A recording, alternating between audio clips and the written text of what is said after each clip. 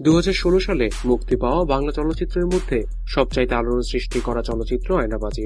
ছবিটি শুধুমাত্র সমালোচকদের প্রশংসাই নয়, পেয়েছে দর্শকদের ভালোবাসাও। সম্প্রতি প্রযোজক ও পরিচালক কাজী হায়াৎ আয়নাবাজি একটি উদ্ভট সিনেমা বলে মন্তব্য করেছেন।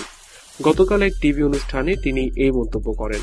তিনি আরো বলেন, অমিতাভ রেজা নির্মিত আয়নাবাজি সিনেমাটি পুরোপুরি উদ্ভট, এর কাহিনী কিছুই নেই। উচিত ছিল সিনেমাটি সেন্সর বোর্ডে আটকে দেয়া। অবাক লাগে এটি কিভাবে সেন্সর বোর্ডের ছাড়পত্র পেল। এছাড়া আয়নাবাজি উদ্ভট সিনেমা হওয়া সত্ত্বেও ব্যবসা সফল হয়েছে বলে মন্তব্য করেন কাজী হায়াৎ। তিনি বলেন, কোন সিনেমা সফল হবে বা বিফল হবে সেটা দর্শকদের উপর নির্ভর করে, তাই উদ্ভট সিনেমা হওয়া সত্ত্বেও সিনেমাটি সফল হয়েছে। আয়নাবাজি চলচ্চিত্রে অভিনয় করেছেন চঞ্চল চৌধুরী, নাবিলা, পার্থ বড়ুয়া, লুৎফর রহমান জর্জ, গাউসুল আলম শাহ, নেজাজ বাপ্পি, হীরা চৌধুরী সহ আরো অনেকে। এলটিভির সাথে থাকার জন্য সবাইকে ধন্যবাদ। এক্সক্লুসিভ সব খবরের জন্য আমাদের সাবস্ক্রাইব করুন।